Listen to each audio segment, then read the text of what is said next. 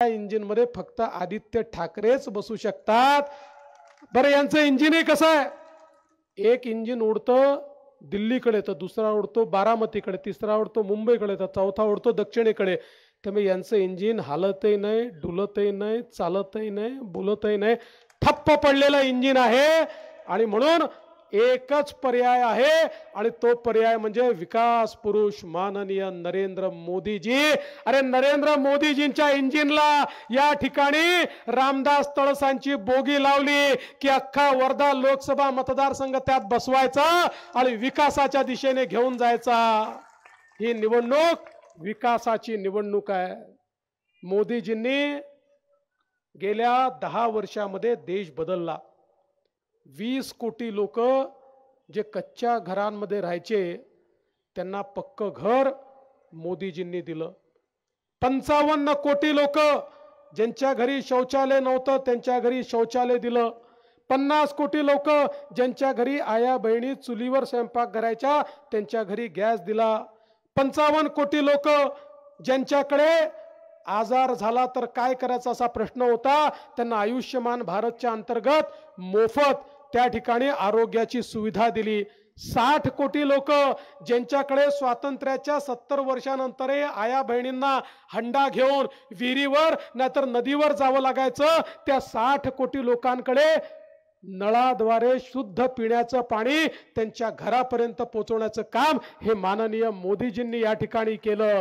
बंधू भगिनींनो, जवळपास 55 कोटी युवांना मुद्राचं लोन दिलं। 10 लाखापर्यंतचं लोन बिना तारण आणि बिना गॅरंटरचं दिलं।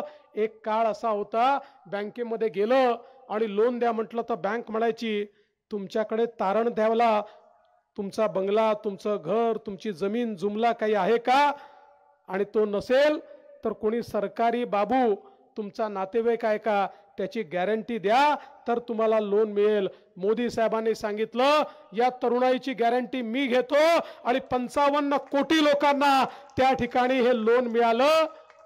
आणि आता तर मोदीजींनी सांगितलं पुढचे 5 वर्ष आता 10 लाखाच्या ऐवजी 20 लाखाचं लोन हे बिना तारण आणि बिना गॅरंटीचं आमच्या तरुणाईला मिळेल।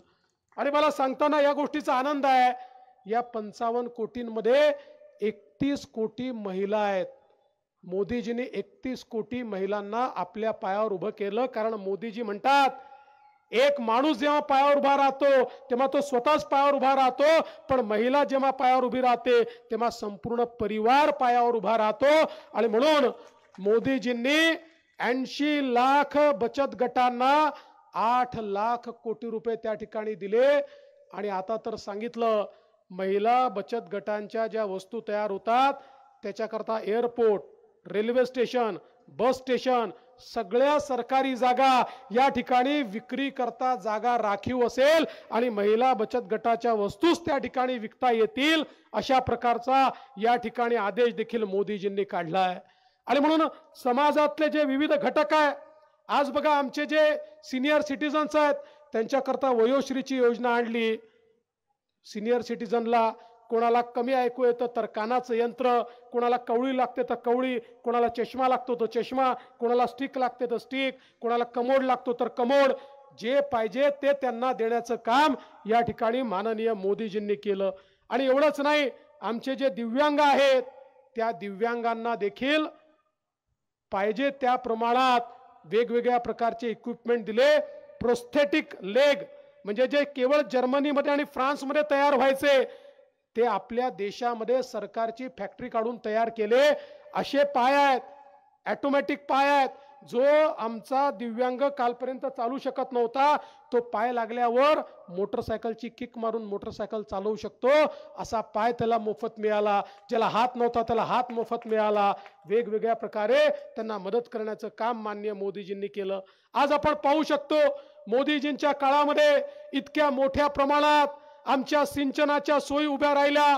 आपल्या महाराष्ट्राला आणि विशेषतः विदर्भाला बळीराजा सिंचन योजनेच्या अंतर्गत 26,000 कोटी रुपये मोदीजींनी दिले। आज जे सिंचनाचे प्रकल्प पूर्ण होत आहेत आणि हळूहळू शेतकऱ्याच्या शेतीपर्यंत पाणी चाललंय, हे केवळ आणि केवळ मोदीजींनी 26,000 कोटी रुपये विदर्भात दिले। आपले 88 सिंचन प्रकल्प विदर्भाचे हे मोदीजींच्यामुळे आज पूर्ण त्या ठिकाणी दिले. आणि आता तर सांगितलं महिला बचत गटांच्या ज्या वस्तू तयार होतात त्याच्याकरता airport, railway station, bus station सगळ्या सरकारी जागा या ठिकाणी विक्री करता जागा राखीव असेल आणि महिला बचत गटाच्या वस्तूच त्या ठिकाणी विकता येतील अशा प्रकारचा या ठिकाणी आदेश देखील मोदीजींनी काढलाय. आणि म्हणून समाजातले जे विविध घटक आहे आज बघा आमचे जे सिनियर सिटीजन्स आहेत त्यांच्याकरता